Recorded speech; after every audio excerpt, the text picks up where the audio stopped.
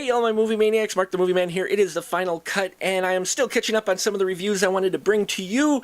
And today we are looking at Star Trek Beyond. Yes, brought to us by director Justin Lin of Fast and Furious fame, where we get the story of Captain Kirk and his crew who are heading out on their 5-year mission. It's about 3 years in. They're on the first leg of their mission, if you will, exploring uncharted space. Well, soon they cross paths with an evil villain named Krall, who ends up destroying the Enterprise and stranding the Kirk and his crew on this alien planet. And they soon find out Krall has his own plans to annihilate the Federation, starting with taking over and annihilating one of their brand new star bases. And so we see Kirk and the crew sands the Enterprise, but with some new allies to try to thwart Krall before he can enact his evil plan.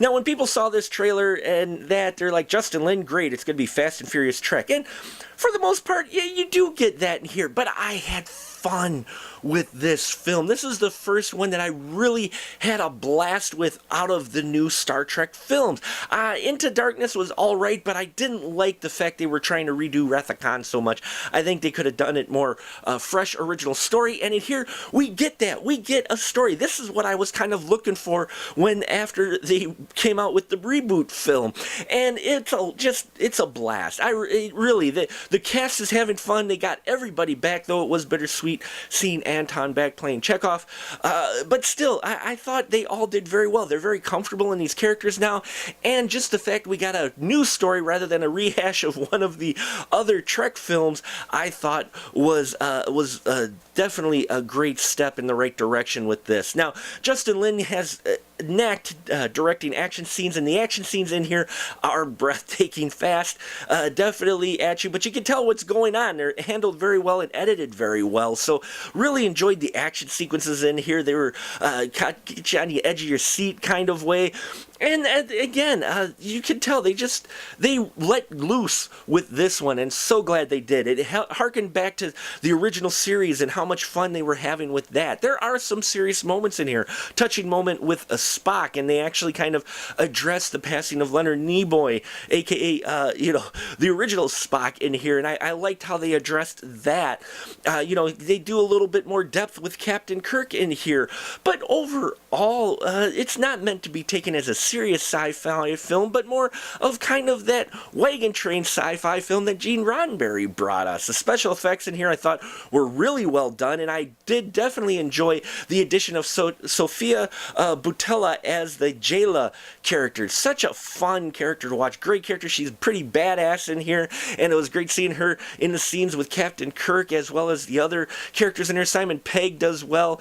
He helped co-write the script, and you can tell his comedy was worked into the script quite a bit. There are a lot of very funny moments, I thought, in here, and they do touch on some nostalgia elements, but nothing that felt too forced, in my opinion. And it's what you wanted for a film that is coming out on the 50th anniversary of Star Trek. Overall, this film is fun, okay? It's not quite like the others, so if you're expecting that, you may be a little disappointed. I, for one, enjoyed the change in tone and just the fact that the crew really have gotten into these characters, gotten comfortable with them, and let loose. There's also a great moment. Yes, they used the song in the trailer. It's used in the film and used very well. And when they did it, I just laughed out loud and smiled from ear to ear because it was a bit ridiculous, yes, but at the same time, it was just fun. So check it out. I'm sure many people have comments down below. Please leave your constructive comments about how you felt about Star Trek Beyond. I know some people hated it out there. Some people loved it. I'm in that camp because I didn't really have any expectations and I came out with a smile on my face. So I give Star Trek Beyond 4 stubs. Okay, 4 stubs in my book. I think it was handled really well. I think it's one of the more enjoyable films out of the reboot series, and it should be seen by all because everybody, I think all ages will enjoy this movie.